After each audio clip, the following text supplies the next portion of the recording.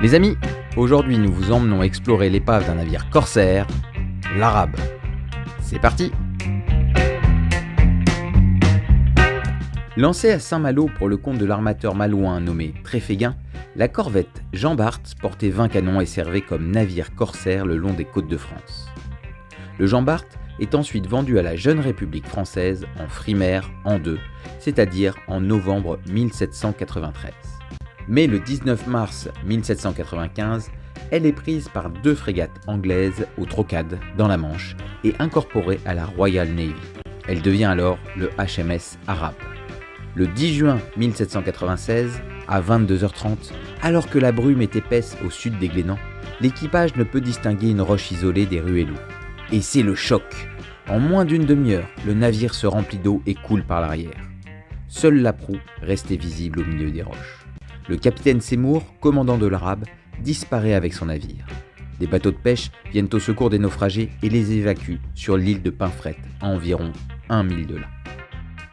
L'épave, découverte à l'aide d'un magnétomètre par Bernard de Maisonneuve en 1989, sera ensuite étudiée par la SEB sous la direction de Bruno Jaunin. La réalisation de 2 sondages en 1990 et 1991, ainsi que des recherches dans les archives anglaises, permirent d'identifier l'épave comme étant celle de l'Arabe.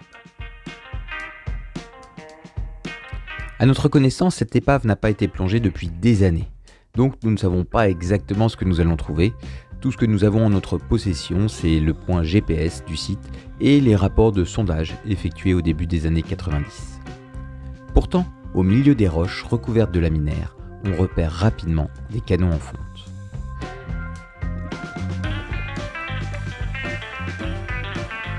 Vous voyez ces 2 protubérances sur l'arrière du canon? Elles sont caractéristiques sur les canons en fonte de fer reposant à faible profondeur dans une eau très oxygénée. C'est de la corrosion différentielle.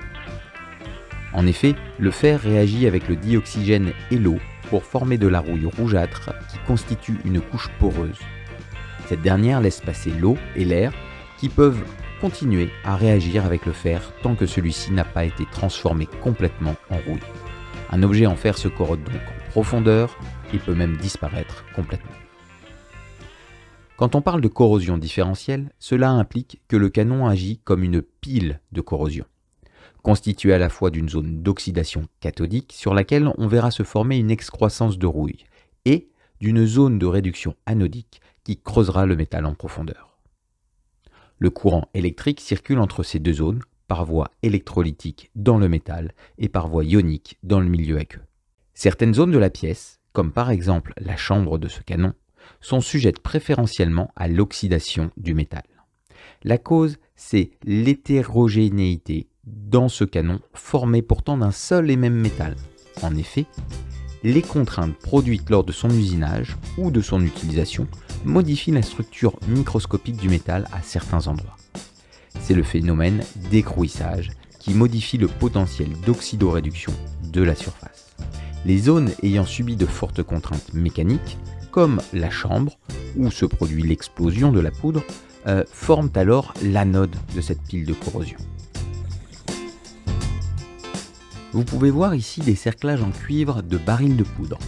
Le sondage de 1990 a permis de déterminer qu'ils étaient gravés de la Broad Arrow, ce qui fut un élément déterminant de l'identification puisque ce marquage de larges flèches est le poisson des arsenaux britanniques depuis 1698. Il permettait d'éviter le détournement de matériel de guerre de Sa Majesté. D'autres Broad Arrow ont été découvertes sur des canons, comme ce pierrier en fonte. 2 pierriers furent récupérés pour être étudiés et traités à Concarneau par Louis Le Célin dans un laboratoire de traitement d'artefacts issus de fouilles sous-marines.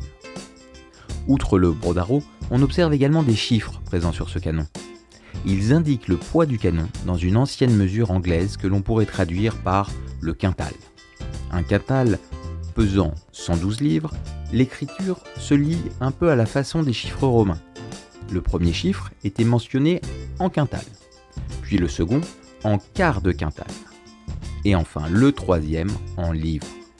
Ainsi, nous avons ici 1 qui nous donne 112 livres, auquel on additionne un quart de quintal, soit 28 livres, et auquel on additionne enfin 5 livres, soit un poids total de 145 livres anglaises, soit un peu plus de 65 kg.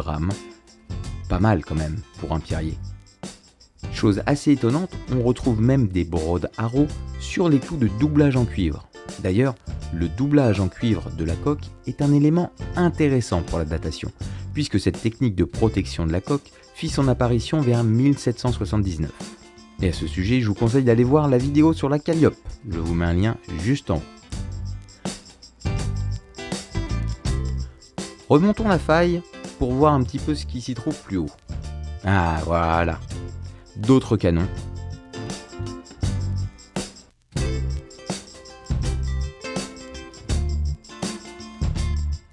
Et là, un lest en fonte collé au canon.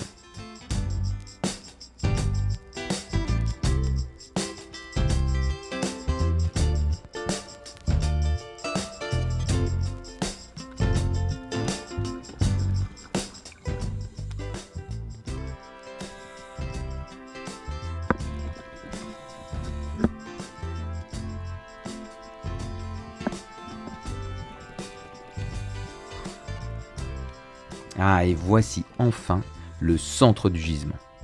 Alors je ne sais pas si vous arriverez à distinguer les deux ancres posées l'une sur l'autre au bout de ce canon. Mais c'est comme cela qu'elles étaient rangées dans la cale.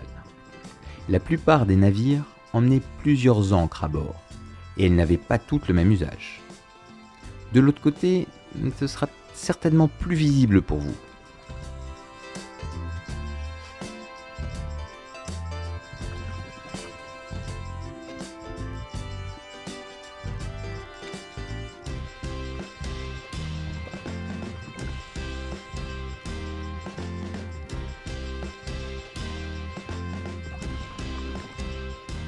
Et partout, le sol est jonché de lest en fer et de boulets qui forment, en se désagrégeant, une sorte de magma métallique.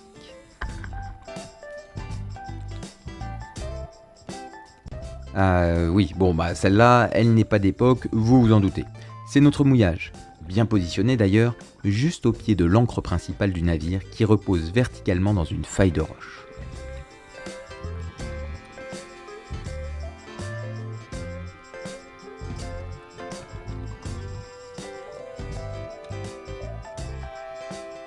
Elle est cassée en deux et l'organo se situe un peu plus loin à l'entrée d'une petite grotte.